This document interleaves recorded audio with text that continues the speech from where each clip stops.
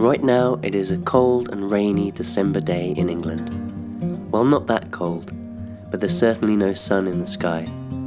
It's a dark grey day above all else, and I thought now would be a good time to look through my pictures from my recent trip to Seville in Spain. Unsurprisingly, it was warm there, but what I loved most was that it was sunny, and the simplest of things were a joy to photograph. I took some film photos, and I posted those in a previous video, but all of these are taken with my Fujifilm X-T3 and the 23mm f2 lens. It's a fair bit heavier than using the compact X100, but I really like it.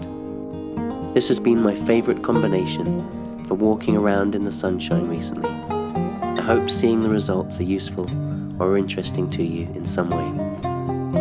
For the few days I was there, the Spanish sunshine would light up the city and cast distinct shadows across the colourful walls and streets.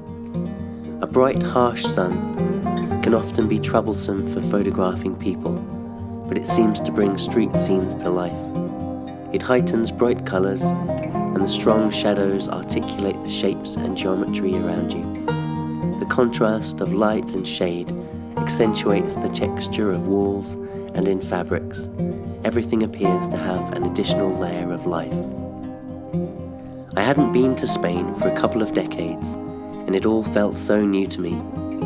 If you hadn't noticed already from my channel, I really love taking a walk around the city, especially in warm places, and Seville fit that description perfectly.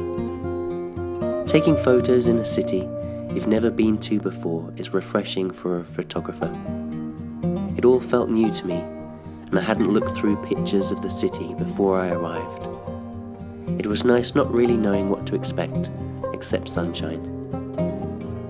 Perhaps you've never been to Venice before, but I'd be amazed if you didn't have dozens of pictures of the city in your head. You'd be sure to arrive already familiar with the place from afar, but with Seville, it wasn't like that at all for me. It was wonderful to take pictures that weren't versions of other people's pictures that were in my mind. I wasn't photographing a version of a city I'd seen many times through other people's eyes. I'm not saying for a moment that helped me take especially original pictures, quite possibly the opposite. I simply felt unburdened by preconceptions. I could naively hold my camera up to the beautiful Tower of Gold as if it had never been photographed before. I was just happy to be there and learn about the city one step at a time. I wish I'd stayed for more than a few days, and I'm already planning to go back. That's all for now. Thanks again everyone for watching. Thanks for all of the thumbs up and all of the nice comments. It's always great to hear from you. Thanks again.